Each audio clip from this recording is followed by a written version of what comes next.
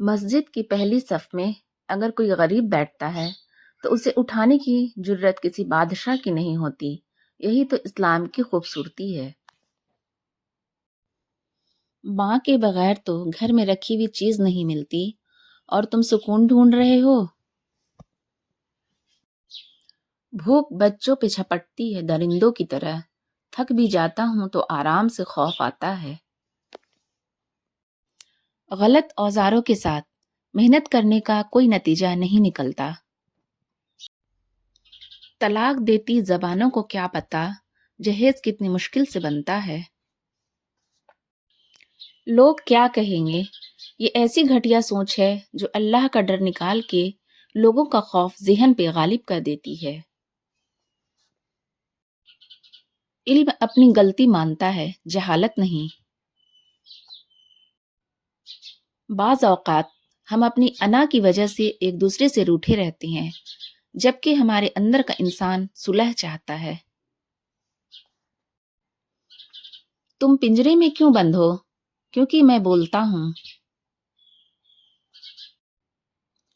مزہ تو تب ہے کہ ہار کر بھی ہنستے رہو، ہمیشہ جیت ہی جانا کمال تھوڑی ہے۔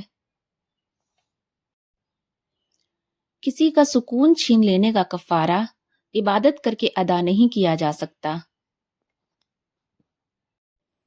پرفیوم لگانے سے پہلے یہ بھی سوچا کرے کہ ہمارا اخلاق اور کردار تو بدبودار نہیں۔ چپ کر کے سہتے رہو تو اچھے ہو، بول پڑو تو آپ سے برا کوئی نہیں۔ پرانی تصویروں میں شکل بھلے ہی اچھی نہ ہو، پر وہ دن بہت اچھے تھے۔ ان لوگوں کی قدر کرے جن کی وجہ سے آپ اس مقام پر ہیں۔ عورت کی عزت کرو، اس لیے نہیں کہ وہ عورت ہے، بلکہ یہ ثابت کرنے کے لیے کہ آپ کی تربیت ایک اچھی ماں نے کی ہے۔ سجدہ خوشی کا ہو یا غم کا، توفیق ملنا بڑی بات ہے۔ رب ناراض ہو جائے تو روٹی نہیں چھینتا، سجدے کی توفیق چھین لیتا ہے۔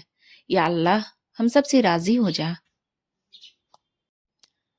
کائنات کا پہلا گناہ نہ شرک تھا نہ کفر، پہلا گناہ تھا میں اس سے بہتر ہوں۔ زندگی ہلکی پھلکی ہے، بوجھ تو سارا خواہشات کا ہے۔ ہو سکتا ہے کسی شخص کی نیت درست ہو، لیکن اس کا عکس دکھانے والے کی نیت ٹھیک نہ ہو، لہٰذا ہر سنی سنائی بات پر یقین مت کیا کریں۔ اللہ کا ذکر نہ کرنے سے دل مرجھا جاتا ہے، اللہ کا ذکر کرنے سے دل منور رہتا ہے۔ کثرت سے اللہ پاک کا ذکر اور پیارے رسول صلی اللہ علیہ وسلم پر درود پاک پڑھا کرے۔ جزاک اللہ۔ لوگوں، والدین عظیم نعمت ہیں، ان کی قدر کریں۔ دنیا صرف ان کی خیریت پوچھتی ہے جن کے مالی حالات ٹھیک ہوں، اور جو تکلیف میں ہوں ان کے تو موبائل نمبر بھی گم ہو جاتے ہیں۔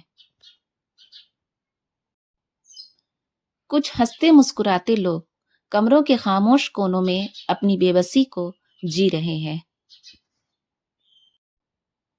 جب تمہیں اگلی نماز کا انتظار ہو تو سمجھ لینا کہ اللہ نے تمہاری پہلی نماز قبول کر لی ہے۔ ملاوٹ کا زمانہ ہے، ہاں میں ہاں ملا دیا کرو، رشتے لمبے ٹائم تک چلیں گے۔ پیسے کی مثال ایسی ہی ہے، اس کے پیچھے بھاگ بھاگ کر پتہ ہی نہیں چلتا بندہ قبر تک پہنچ جاتا ہے۔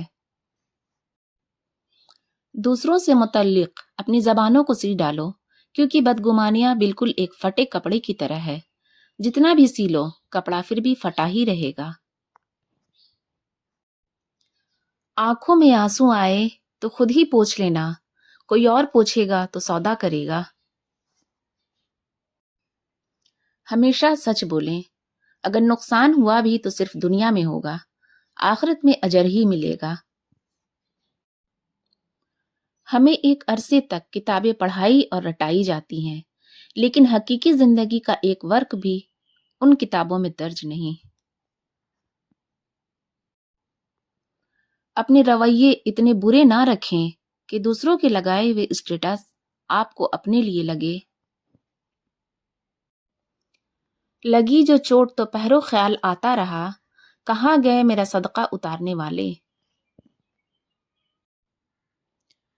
کچرے سے چن چن کر کھانا، سسک سسک کر وقت بتانا، اپنے تو حالات یہی ہیں، امیر شہر تم کیسے ہو۔ ہر کسی کا بچپن ایک جیسا نہیں ہوتا۔ کہہ رہی ہے مجھے یہ کل کی بہو، آپ میرے میاں کا کھاتے ہیں۔ مجھ کو ایک دن کی حکومت جو میسر آئے، مفلسی بانٹ دو اس دور کے آقاؤں میں۔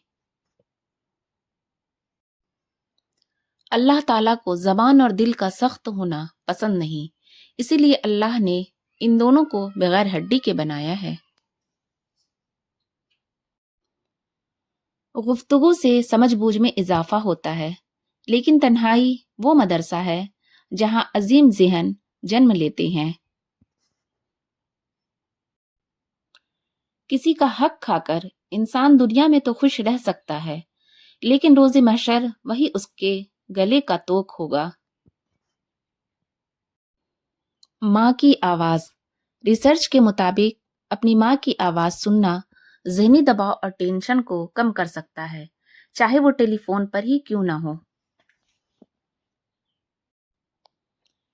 چھپکلی سے ڈرنے والی ایک نازک لڑکی جب ماں بنتی ہے تو اولاد کی خاطر دنیا کے مگرمچھوں سے بھی لڑ جاتی ہے۔ جنت وہ واحد شاندار جگہ ہے جہاں جانا تو سب چاہتے ہیں مگر جلدی کسی کو نہیں۔ زبردستی کی نزدیکیوں سے سکون کی دوریاں بہتر ہے۔ پردیسی۔ کس موڑ پہ لے آتی ہے نوکری انسان کو اپنے ہی گھر جانے کے لیے دوسروں سے اجازت لینی پڑتی ہے۔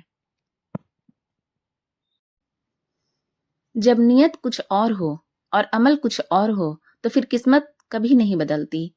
ہم لوگ اپنی نیت لوگوں سے چھپا سکتے ہیں، اس سے نہیں جس نے ہم کو بنایا ہے۔